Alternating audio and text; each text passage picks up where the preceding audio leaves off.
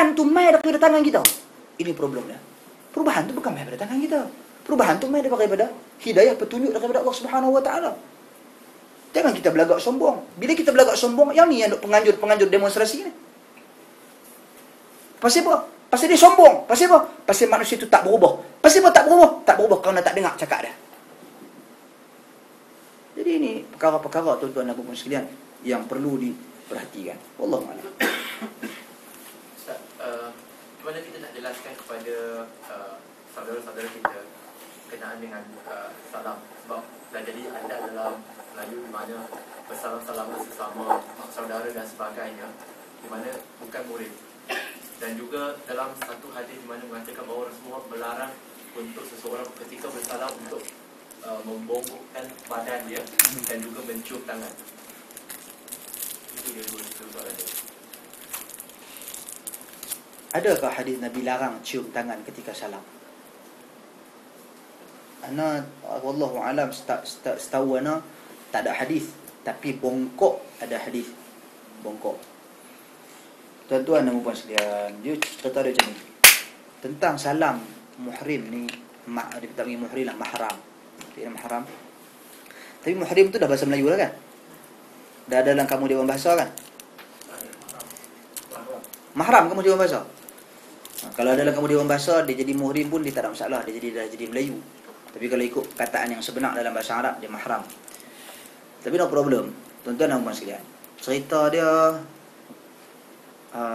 mungkin ada sebahagian daripada keluarga-keluarga ataupun orang ni, masyarakat kita, dia terbiasa dididik daripada kecil biasa salam walaupun bukan mahram. Yang penting sepupu dia pun dia kira balun tu adik-beradik. Dia ambil mahram kot mana kita tak tahu. Tapi yang penting kata ni adik-beradik semua ni tak baik kalau tak salam. Tuan-tuan, kalau kita teliti balik hadis Nabi SAW, lebih baik kepala aku ditusuk dengan jarum daripada besi, daripada aku bersalaman dengan wanita yang bukan daripada mahram. Jadi ini satu benda yang sangat berat di dalam Islam. Jangan kita ambil mudah. Siapa nak jadi pemimpin pun, siapa nak jadi ketua negara pun, ketua kepada siapa-siapa wakil rakyat dan sebagainya, tolong jangan ambil mudah benda ni. Ada mereka mengambil fatwa-fatwa, ada beberapa ilmuwan kontemporari sagi sebut kecil hati pula. Payah. Tak payah saya sebut. Dia ambil yang mengharuskan kalau sekiranya korang tu tokoh. Perempuan tu katakanlah tokoh negara apa semua, harus kita salam dengan dia dan sebagainya. Kiranya dia huluk dulu tangan, sekali lagi memalukan dia di khalayak ramai dan sebagainya.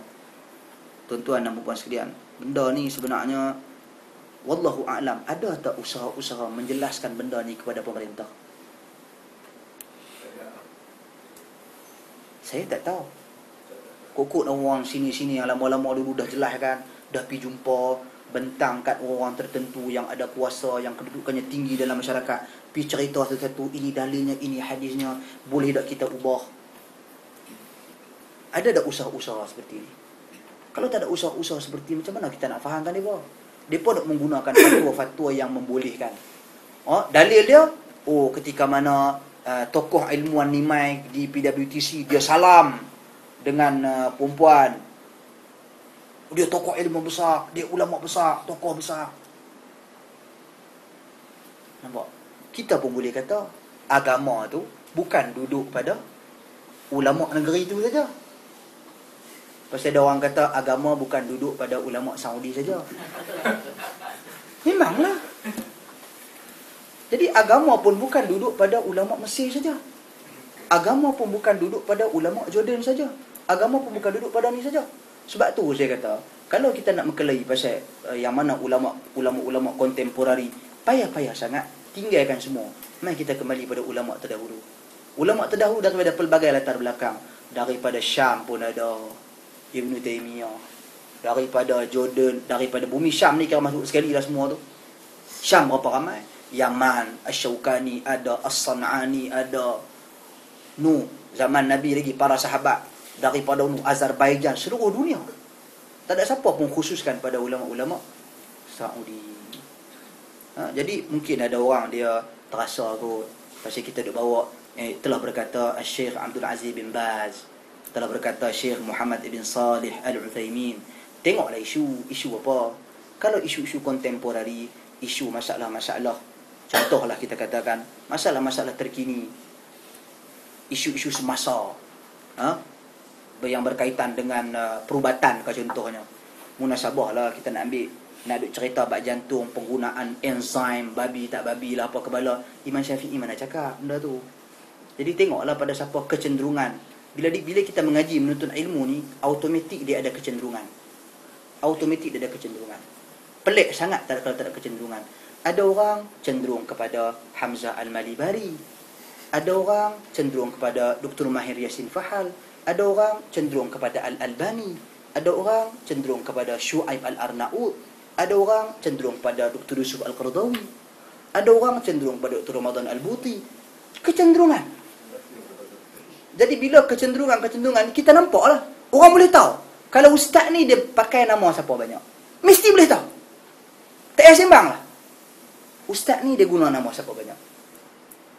Kalau tak percaya bagi saya nama ustaz, saya boleh habaq. Ustaz ni guna nama siapa banyak. Tapi saya tak mahu lah buat lagu tu. Tak elok lah pula kan. Jadi benda-benda ni kecenderungan bagi saya benda merupakan satu benda yang biasa. Cuma bila kecenderungan ini disusuli dengan ketaksuban sampai memaksumkan Syekh Albani, kita tak setuju. Sampai memaksumkan Syekh Ibn Uthaymin, itu kita tak setuju. Sampai memaksumkan Syekh Ibn Baz, itu kita tak setuju. Tapi kalau kecenderungan ini kerana kasih pada mereka, akidah mereka yang jelas, manhaj prinsip mereka yang jelas. Orang kadang-kadang dia terasa hati. Pasal apa? Pasal tak kata Dr. Yusuf Al-Qardawi manhaj jelas, akidah jelas. Dia pun suruh kata yang tu juga. Jadi payahlah. Sebab kita nak kena lihat dalam isu apa, dalam bab apa. Sebab kita pun tak kenal sangat Dr. Yusuf Al-Qardawi. Kita lebih kenal Syekh Ibn Baz. Jadi kita banyak cerita Syekh Ibn Baz lah. Kalau mereka kenal Dr. Yusuf Al-Qardawi lebih, ceritalah pasal Dr. Yusuf Al-Qardawi. Ceritalah pasal doktor mana-mana doktor ke, Syekh Hamzah ke, Syekh Nu ke, Syekh ni ke, Syekh ni ke. Cerita. Kami lebih kenal yang ni. Jadi ini dipanggil kecenderungan. Dan tidak menjadi masalah jika kita sayang kepada ashabul hadis, kita sayang kepada ulama dan tokoh-tokoh ahli sunnah wal jamaah. Jadi bagi saya ini satu kecenderungan masing-masing, terpulang kepada siapa untuk menilai. Itu saja tuan-tuan dan puan-puan sekalian. Jadi kembali balik kepada ini, terkeluarlah tu tajuk. Kembali balik kepada apa yang kita sebutkan tadi dari sudut cara untuk kita nak jelaskan kepada masyarakat kita tentang hukum bersalaman melalui pendekatan tersebut kepada pemerintah dulu. Daripada pemerintah ditunjuk contoh kepada rakyat dia, dan orang-orang ustaz-ustaz, ustazah-ustazah, dia kena jelaskan benda ni secara terbuka. Secara terbuka dalam erti kata umum. Jangan nak pergi sentuh orang-orang ataupun pemerintah-pemerintah. Sikap pemerintah mungkin kerana kejahilan mereka, ataupun mungkin kerana mereka tak mau dengar, dia tak berminat dengan apa yang dinyatakan di dalam Islam. Itu a'udzubillah, kita minta jauh pemerintah-pemerintah bersikap seperti itu. Tapi saya lebih cenderung kepada pemerintah-pemerintah pada hari ini, mereka tidak dijelaskan secara terperinci tentang hukum bersalam-salaman dengan wanita. Bahkan kalau kita lihat dalam majlis-majlis hari ini, banyak dalam majlis duduk lelaki perempuan jadi biasa. Jadi no problem, dengan alasan bahawasanya ini lebih membuka minda kita, lebih menyebabkan manusia tak ni. Sebab tu tuan-tuan dan puan-puan sekalian, pada hari ini apabila berlaku suasana seperti itu, pencampuran yang melampaui batasan, laki perempuan, ikhtilaf, pencampuran bila berlaku pencampuran seperti ini, sens tak ada dah. Dulu tuan-tuan dan puan sekalian, ini bila kita cerita zaman Nabi SAW dulu, Nabi merupakan manusia yang paling cemburu. Bila datang seorang sahabat kepada Nabi, "Ya Rasulullah, aku cemburu. Aku hampir-hampir saja aku membunuh lelaki yang bercakap dengan bini aku. Teguk bini aku hampir." Dulu ni tak boleh. Sebab tu kasih sayang dulu sangat-sangat tinggi dalam keluarga. Tapi nak kata Nabi, aku lebih cemburu daripada hang. Allah lebih cemburu daripada aku, daripada segala-galanya. Sebab tu dulu boleh wujud satu rumah tangga, disusun baik, diatur baik. Isteri hanya dengar kat suami, dia tak dengar kat lagi lain. Suami ni sayang sungguh kat isteri dia, ambil perhatian sepenuhnya. Cemburu, tak boleh tengok. Bini tengok orang lain pun tak boleh. Tapi lah ni dia jadi satu kebiasaan. Bila hilang cemburu, apatah lagi yang duduk ni, Remaja-remaja ni. Anak-anak kita minta jauh dalam benda lagu ni. InsyaAllah, alhamdulillah. Duk lawan bertepuk. Ni. Jadi, menyebabkan mereka memberi pelbagai alasan.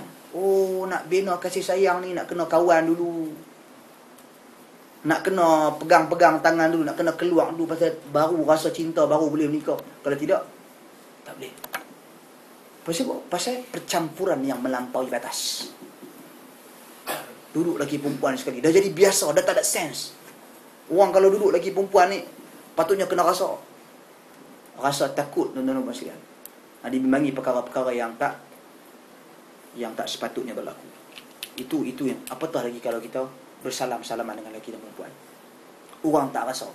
Tapi percayalah, kalau orang yang kehidupannya dia dekat dengan Allah Subhanahu Wa Taala, dia akan berasa. Dia berasa malu, dia berasa bersalah. Salam lagi dan perempuan, dan dia berasa benda-benda yang tak elok dalam jiwa dia. Sebab apa? Sebab dia tak pernah buat benda tu. Tapi kalau benda tu dah jadi satu kebiasaan, inilah termasuk dalam umum hadis Nabi, orang-orang yang Allah Subhanahu Wa Taala tak terima amalan mereka dan Allah laknati mereka, iaitu al-mujahirun, orang-orang yang menjaharkan, menzahirkan kemaksiatan yang dia buat. Dia tahu dah benda tu salah, dia tak nak buat. Dia tunjuk ke orang, dia khalayak ramai dia buat. Jadi kita bimbang tergolong di kalangan orang-orang seperti itu. Benda ni Nabi dah larang, Nabi dah haramkan. Maka mengelakkan daripada perkara-perkara tersebut lebih baik daripada kita tergolong di kalangan orang yang melakukan hal-hal seperti itu. Wallahu a'lam. Jadi saya rasa ya. Lagi satu kenal dengan hadis tu. Oh. Itu daripada hadis Tirmizi. Ya. Hadis tentang bongkok badan saja yang saya tahu, yang ada wallahu alam. Yang tentang cium tangan saya tak pasti daripada mana larangannya. Cuma hadis Tirmizi juga. Cium tangan disebut Dalam hadis yang sama. Ini tak pasti ya. Seorang dia bertanya kepada Rasulullah, bagaimana kalau seseorang datang dan membongkokkan badan untuk bersalam, dengan Rasulullah melarang. Dan setelah itu Dia yang ada tu cium takbil, cium pipi. Itu ada riwayat, tapi cium tangan saya tak pasti. ini dalam bahasa Inggeris dia kata kiss lah, tak tahu. Kiss apa? Kiss tangan ke kiss pipi? Dia kata kiss. Kiss tu banyak mana tu? Minta cek balik, anda tak pasti. Wallahu alam. Cuma membongkok badan. Membongkok badan ni pada asalnya kepada manusia la tarka'u li ghairillah, kata Nabi.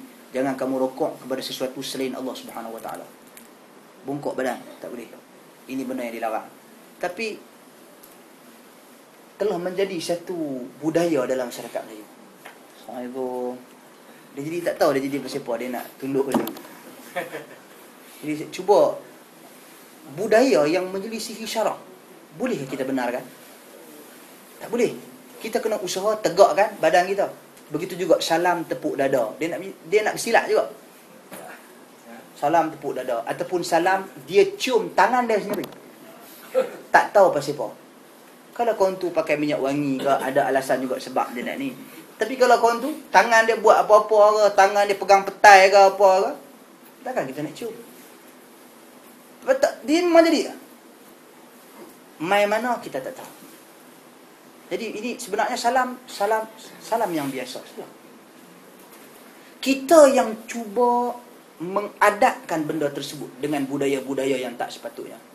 Kita yang cuba, kalau salam cara dia macam ni. Ada orang salah sampai sini. Assalamualaikum. Pak, dia pegang lengan kau tu, pegang lengan kau ni. Apa tak lagi dia salam sini, rodek dalam.